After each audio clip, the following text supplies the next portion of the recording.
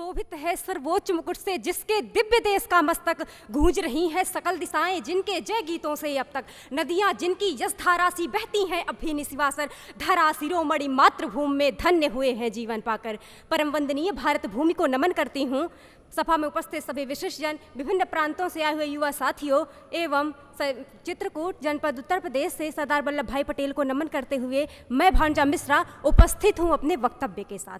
भारतीय एकता के शिल्पी, आधुनिक भारत निर्माता, एकीकृत भारत के जनक, भारत के प्रथम उप प्रधानमंत्री, गृह मंत्री, भारत रत्न सरदार वल्लभ भाई पटेल का व्यक्तित्व जब हमारे चित्त में आता है तो उन्हीं के शब्द गुंजायमान हो जाते हैं कि निश्चित ही इस भारत भूमि में कुछ तो अनूठा है जो अनेक बाधाओं के बावजूद यहाँ महान आत्माओं का निवास रहा है।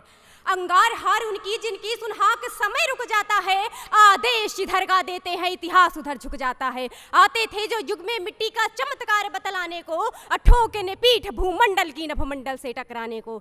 आज हम जिस एक भारत, अखंड भारत, श्रेष्ठ भारत, अनेकता में एकता की विशिष्टता रखने वाला भारत कहकर आनंदित, आह्लादित और गर्वित होते हैं, वह संभव ना होता यदि सरदार पटेल ना होते।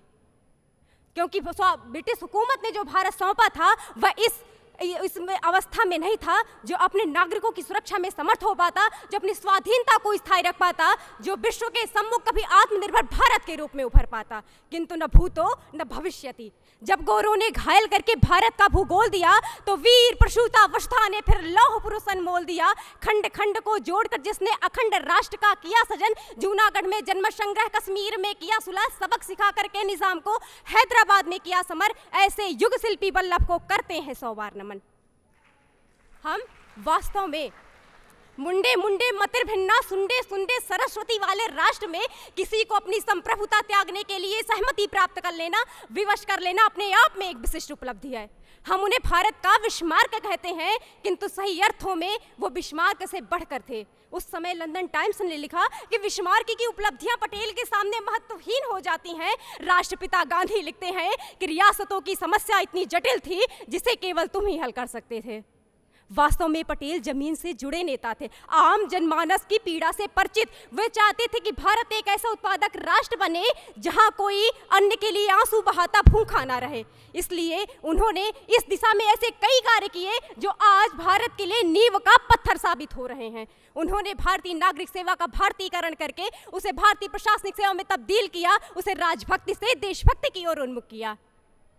चाहे वह किसानों के हित में लड़ा गया खेड़ा का सत्याग्रह हो, मानवाधिकारों के लिए रोलट का विद्रोह, असहयोग आंदोलन के अग्रिम पंक्ति के खड़े नेता के रूप में साइमन कमीशन विद्रोह की प्रथम आवाज, मौलिक अधिकारों की वकालत करने वाले, मद्य निषेध, अस्पृश्यता और सांप्रदायिकता के विरोध में खड़े सक्रिय जननायक, एकता और अखंडता को सुनिश्चित करने वाले समर्पित राष्ट्र नायक पटेल ने सिद्ध कर दिया कि मायने नहीं रखता कि राष्ट्र ने आपको क्या दिया है, महत्वपूर्ण यह है कि आपने राष्ट्र के लिए क्या किया है।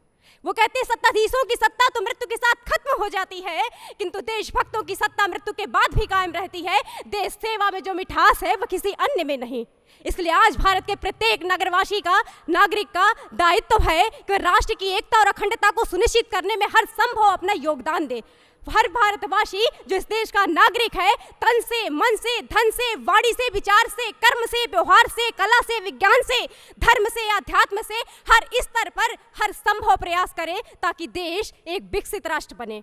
आग लगने पर वृथा करना प्रतीक्षा वृष्टि की, ये धरा अधिकारिणी संपूर्ण करुणा दृष्टि की। हो उच्चता आचार में, विश्वस्तता व्यवहार में, तेजस्विता हो त्याग में, उन्मुक्तता अनुराग में, सर्वधर्म संभाव एकता की बात हो, धर्म मेरा राष्ट्र हो और भारती मेरी जात हो। जय हिंद, जय मां भारती। धन्यवाद।